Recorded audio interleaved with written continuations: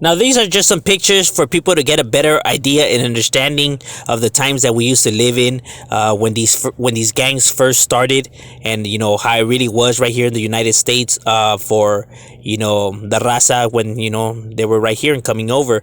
That way, people get an understanding of why neighborhoods became or why these individuals acted the way they acted. What up, G Life? It's your boy MC Shadow. Make sure you like, comment, and subscribe. Check out the playlist. The playlist on top will have all the videos in their folders. Makes the video looking for a lot easier. Now, as you guys seen in the beginning of before this video, those pictures, what is that all about and stuff like that. It's breaking down what is a Chicano, right? Because I think it gets misconstrued. It gets mistaken a lot. Because a Chicano's not a gang member. Are gang members Chicanos? Yes, they are. But they're two different things at the end of the day. You get what I'm saying? You know what I mean? Because not all Chicanos are gang members, and not all gang members are Chicano. What is a Chicano? A Chicano basically is a misfit, an oddball, an outcast, pues. Because those who were born here in the United States was an interesting situation, especially for the first, especially more for the first batch, right? Your family is from Mexico. They come over here, for a better life. You're born here, so now you're brought up in the United States system, pues, however you want to call it. You're raised here in the United States. So basically, and it sucks, but this is true. It's not fabricated. Back then they weren't so kind to Hispanics, as you guys could see from the beginning pictures. You know what I mean? We don't serve, Hispanics here, and there was a lot of discriminations against Latinos in general. Remember, you guys have to think about like this: California and other places, it's not how they seem now. How they seem now is you see a lot of raza, but back then it wasn't like that. Back then there was a lot of more a gang of white people, my boy. No raza, very few. You know what I'm saying? And these guys weren't so nice to Hispanics. Not only that, you have to keep it in mind, the Ku Klux Klan, one of the original gangs, when we're talking about organized crime syndicate, is one of the first. You know what I mean? It's one of the first. They were around way before any Hispanic gang, any black gang, anything like that. These guys had nicknames. They were in a group, and they will go commit mischief. They used to hog-tie black people. The same shit that happened to black people, they would hang black people and all that. Don't think it was just happening to them, my boy. Oh, no. You got it twisted. It was also happening to the brown, my boy. The brown were getting hanged as well, homie. See, people always forget that part, you know what I mean? People always leave out that part. I don't know why they don't mention it. But that was happening to the brown people as well. Too. And it stopped. It wasn't even that long ago that all of this, finally simmered down, because my older homies from my neighborhood used to tell me about how these white guys would drive in their pickup trucks, like about 3 pickup trucks, drive around and hunt them down, my boy. Hunt them down, hog tie them fools up, and beat on them.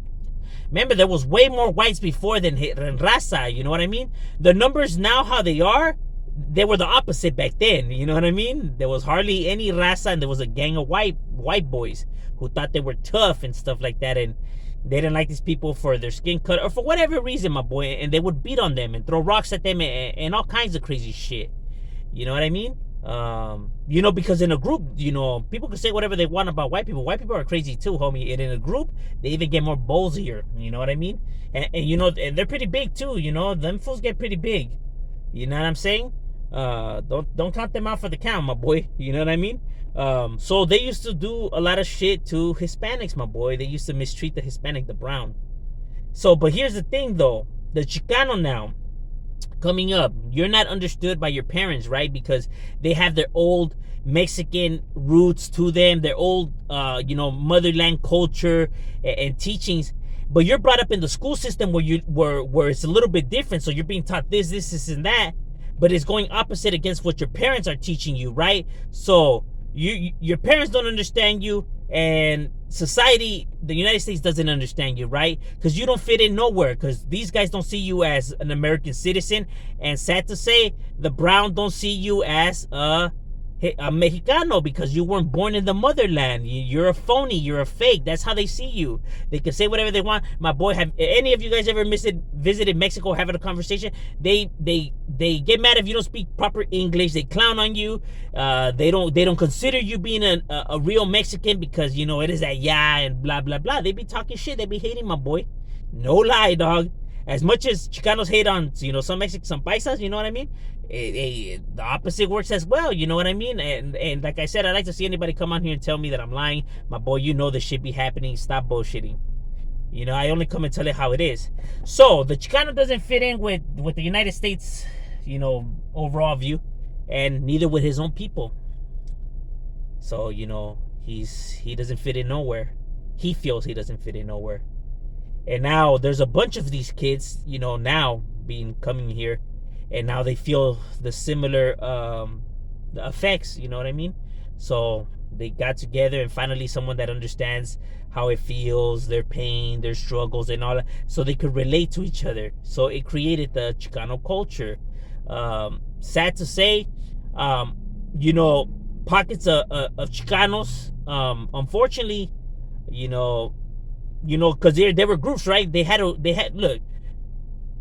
to band together to defend themselves from all these people that were discriminating against them. They had no choice. You know what I mean? But because people failed to realize, before you weren't able to run to the cops, my boy, the cops were a part of the Ku Klux Klan and also a part of the white movement and everything. Cops didn't want you there. They didn't like you. Cops did not like you, my boy. They were doing some of the beatings. They were turned the other cheek. My boy, it's on record, homie. These are not fabrications. You can go look it up yourself. A lot of these cops were Klans members.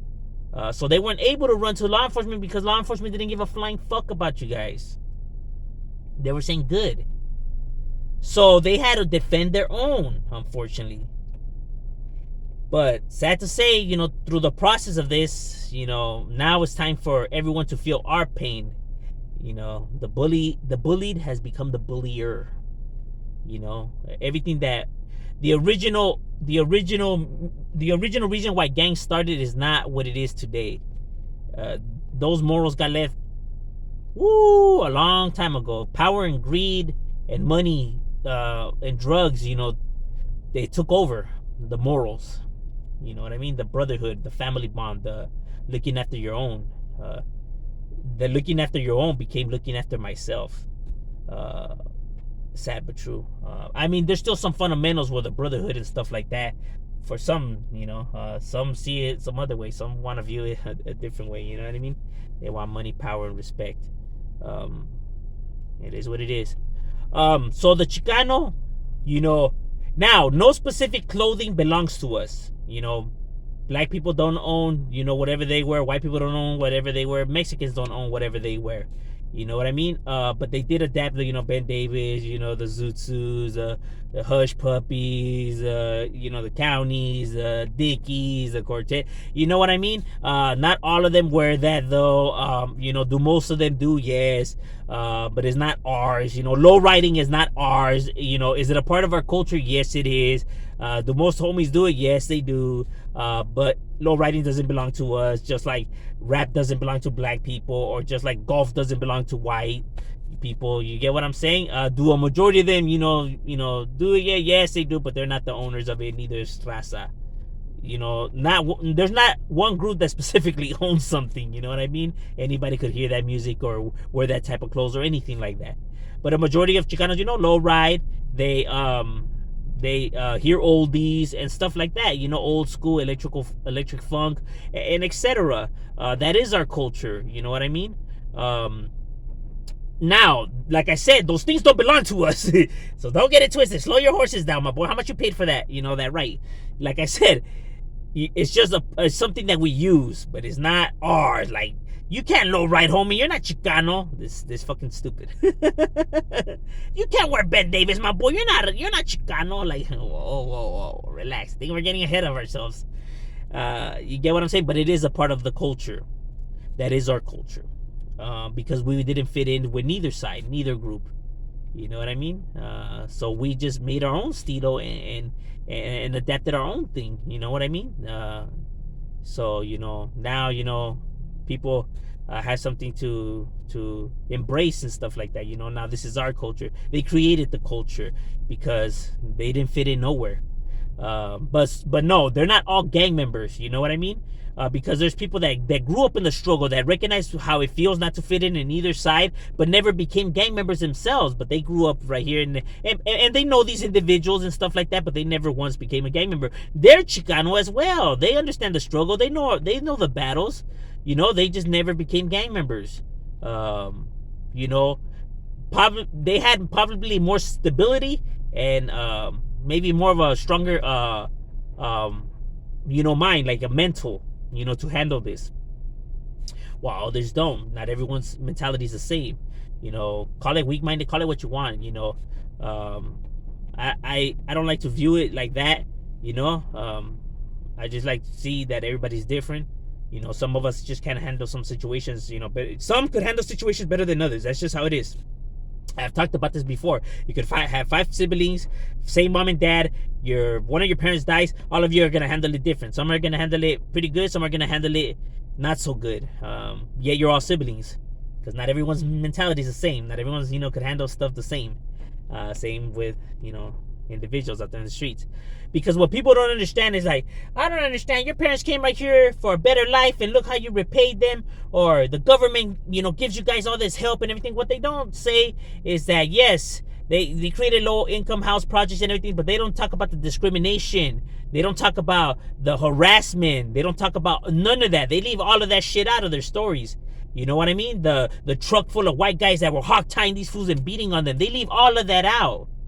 You know what I mean? Same thing when they talk about, your parents came here for a better life. They don't talk about the mental abuse, the physical abuse, the desmadre that goes on in the household and that we see. Some, parents are not really all that great parents. You know what I mean?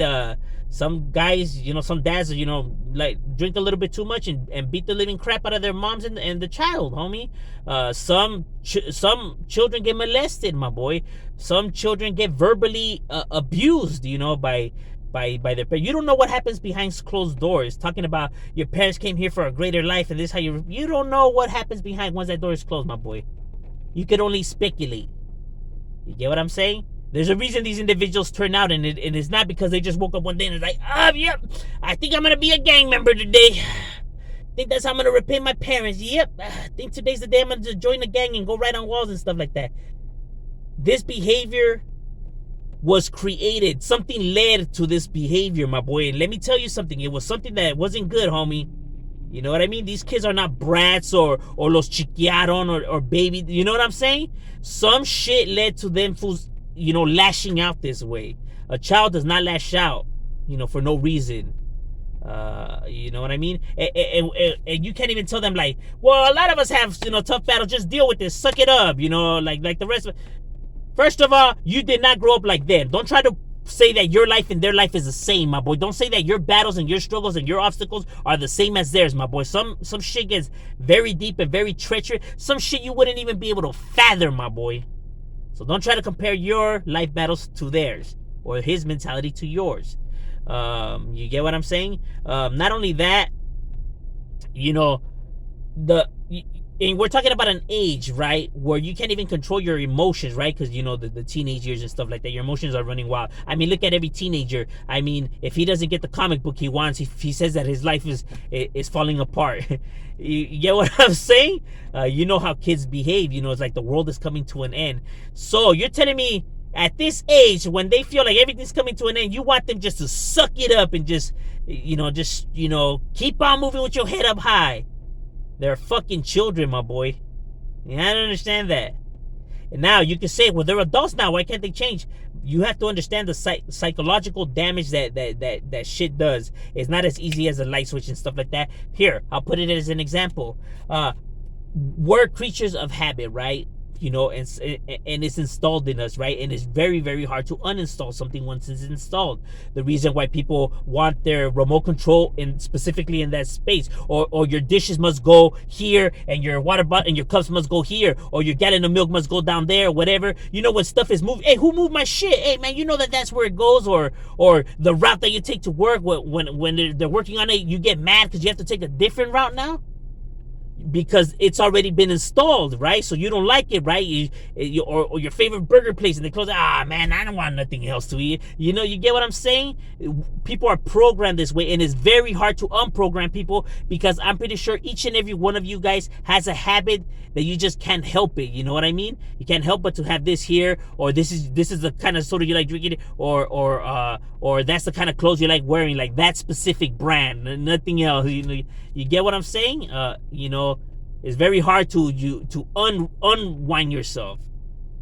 You know, once this shit has already been, you know, you already been through these events. That's why I say raise these kids better, because it's gonna paint their whole entire character moving forward. That's real talk, real research behind it, tons of it, and all over the world. That's why gangs simultaneously started all over the world, because discrimination wasn't only happening in Los Angeles, happening in Texas, New York, Chicago, all these different locations. That's why you have gangs in all these different spots. You know what I mean? Because you put people through this kind of shit, you're gonna get these type of results. And it's been happening not only since modern times, since even before, when you had crusades and little groups that went up against Caesar and his empire and stuff like that. They had names, they had symbols, they had colors. They weren't considered gangs back then. You know, they were considered, you know, these outlaws, or these crusade, or you know, whatever the hell they wanted to call themselves. You know what I mean? The scum or whatever. But you know, shit like this has been happening, you know, for centuries, my boy. You know what I mean? Because when people do not know how to behave and they want to mistreat others, my boy, there's only so much you could push until they start pushing back. You know what I mean? Just learn to behave, that you guys are all the same. No one's better than nobody in this damn world. The day that, you know, everyone can realize that you're no better than the next man is the day you'll have a better world. But if you keep thinking that you're better than somebody else, and you want to step on them because you feel like you could, then you'll forever have problems. You get what I mean? But that's just my breakdown on the whole scenarios and stuff like that, and how I view the subject. You know what I mean? It's Shadow Way Up.